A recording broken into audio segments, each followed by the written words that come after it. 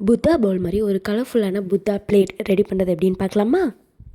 First component cauliflower fry, ஹெல்த்தியான version பார்க்கலாமா?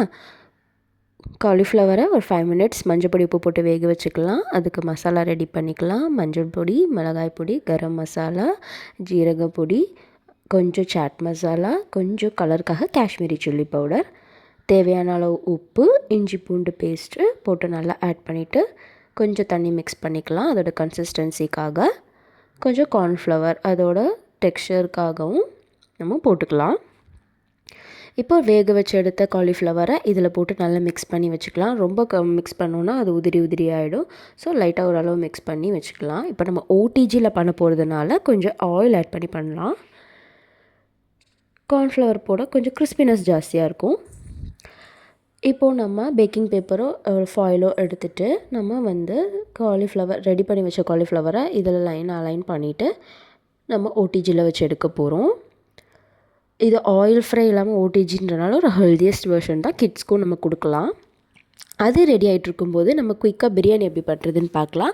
அதுக்கு ஒரு ப்ரெஷர் குக்கர் எடுத்துகிட்டு கொஞ்சம் நெய், கொஞ்சம் எண்ணெய் போட்டு பிரியாணிக்கு தேவையான மசாலா, பட்டை, கிராம்பு, ஏலக்காய், கொஞ்சம் ஜாதிக்காய், கல்பாசி போட்டுக்கலாம். பிரியாணி இலை ஆட் பண்ணிக்கலாம்.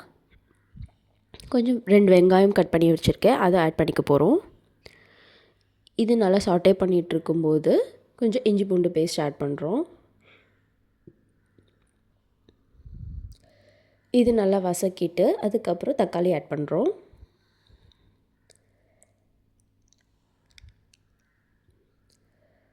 தக்காளி போட்டு நல்லா வதக்கிட்டுருக்கோம்.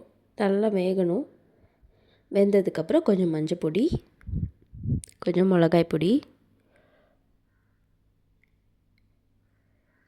கொஞ்சோண்டு கரம் மசாலா ஃப்ரெஷ்லி ப்ரிப்பேர். நான் மேலே லிங்க் கொடுக்குறேன், டிஸ்கிரிப்ஷன்லேயும் லிங்க் இருக்கும். அதோட ரெசிபி எப்படி பண்ணுறதுன்னு நீங்கள் பாருங்கள். இப்போ தக்காளி நல்லா வெந்தோடனே கொஞ்சோண்டு தயிர் இந்த ஸ்டேஜில் ஆட் பண்ணிக்கலாம். தயிர் ஆட் பண்ணும்போது நம்ம பிரியாணி ரொம்ப சாஃப்டாக கிடைக்கும். கொஞ்சம் நல்லா வதக்கிட்டு இப்போ நம்ம கட் பண்ணி வச்சுட்டு இருந்த வெஜிடபிள்ஸ் ஆட் பண்ண போகிறோம். நான் இன்றைக்கி பட்டாணி, carrot, beans, potato, cauliflower and soya எடுத்திருக்கேன். இது கார்போஹைட்ரேட்ஸ், ப்ரோட்டீன், விட்டமின்ஸ், மினரல்ஸ்னு ஒரு ரிச் ஃபுட்டு தான். ஏன்னா அதில் இருக்க இன்க்ரீடியன்ட்ஸ் எல்லாமே ஹெல்த்தியஸ்ட்டாக இருக்கும். இது நல்லா வதக்கிட்ட உடனே பாருங்கள், பார்க்கவே கலர்ஃபுல்லாக இருக்குது. இப்போது நான் 1 கிளாஸ் பாஸ்மதி ரைஸ் எடுத்திருக்கேன். அதுக்கு 1.25 கிளாஸ் வாட்டர் ஆட் பண்ணிக்கணும். அதை ஒரு 1/2 hour முன்னாடியே ஊற வச்சிட்டிங்கன்னா நல்லா சாஃப்டாக இருக்கும். அந்த தண்ணியை மட்டும் எடுத்து இப்போ ஆட் பண்ணி கொதிக்க விட்டுக்கலாம். ஃப்ளேவருக்கு மின்ட் லீவ்ஸ் போட்டுக்கலாம். கொதி வந்த ஒன்றுமே நம்ம அந்த 1 கிளாஸ் ரைஸ் ஊற வச்சுருந்தோம்ல அதை ஆட் பண்ணிக்கலாம். ஆட் பண்ணிவிட்டு நல்லா கிண்டிட்டு நம்ம உப்பு மசாலா மட்டும் செக் பண்ணிக்கலாம். மசாலா கம்மியாக போகிறனால பசங்களும் விரும்பி சாப்பிடுவாங்க. லைட்டாக மசாலா போட்டால் நல்லாயிருக்கும். இது 2 விசில்ஸ் மேக்ஸிமமும் சிம்மில் ஒரு விசில் வச்சுக்கலாம். அந்த கேப்பில் இப்போ நம்ம வெஜிடபிள் குருமா எப்படி பண்ணுறதுன்னு பார்க்கலாம்.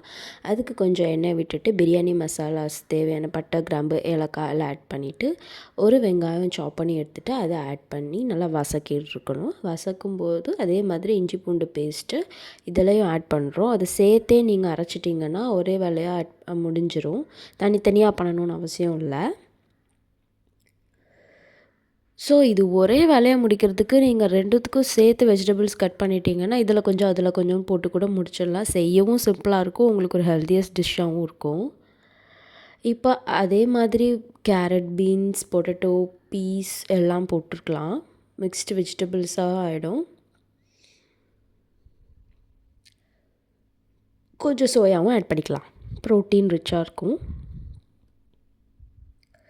ஸோ இது ஒரு புத்தா பவுலில் வர மாதிரி வெஜிடபிள்ஸ், ப்ரோட்டீன், குட் ஃபேட்டுக்கு நம்ம இதில் ஆட் பண்ண போகிற கோகனட், கீ, ஃபைபர் எல்லாமே கவர் பண்ணுற மாதிரி ஒரு பக்காவான நியூட்ரியன் ரிச் ஃபுட்டாக இருக்கும். அடுத்து நம்ம மசாலா ரெடி பண்ண போகிறோம். அது கோகனட், 1 ஸ்பூன் பெருஞ்சீரகம், ஒரு 1/2 ஸ்பூன் ஜீரகம், ஒரு பச்சை மிளகா அதை போட்டு அரைச்சி வச்சுக்கிட்டு அதிலோட இதையும் ஆட் பண்ணுறோம். தண்ணி அட்ஜஸ்ட் பண்ணிக்கணும். உப்பு ஆட் பண்ணிக்கோங்க. வேறு எந்த மசாலாவும் இல்லை, காரத்துக்கு சில்லி அண்ட் அந்த மசாலா மட்டும்தான். இது 2 விசில் வச்சு எடுத்துக்கலாம். ஒரு நார்மல் புத்தா பவுலும் நம்மளோட புத்தா பிளேட்டோட நியூட்ரிஷன் வேல்யூ ஆட் பண்ணியிருக்கேன். அதை விட இது ஒரு ரிச் நியூட்ரிஷனாக இருக்கும் நம்ம இந்தியன் வெர்ஷனில். சுட சுட சோயா வெஜ் பிரியாணி ரெடி ஆகிடுச்சு. இதில் ஃபுல்லாக கார்ப்ஸ் அண்ட் வெஜிடபிள்ஸோட ப்ரோட்டீன் நமக்கு கிடைக்கும். காலிஃப்ளவர் ஃப்ரையும் கிறிஸ்பி ரெடி ஆகிடுச்சு. வெஜிடபிள் குருமாவும் சூப்பராக ரெடி ஆகிடுச்சு. நம்ம புத்தா பிளேட் ரெடி. நீங்களும் கண்டிப்பாக அதை செஞ்சு பார்த்துட்டு எப்படி இருக்குன்னு சொல்லுங்கள்.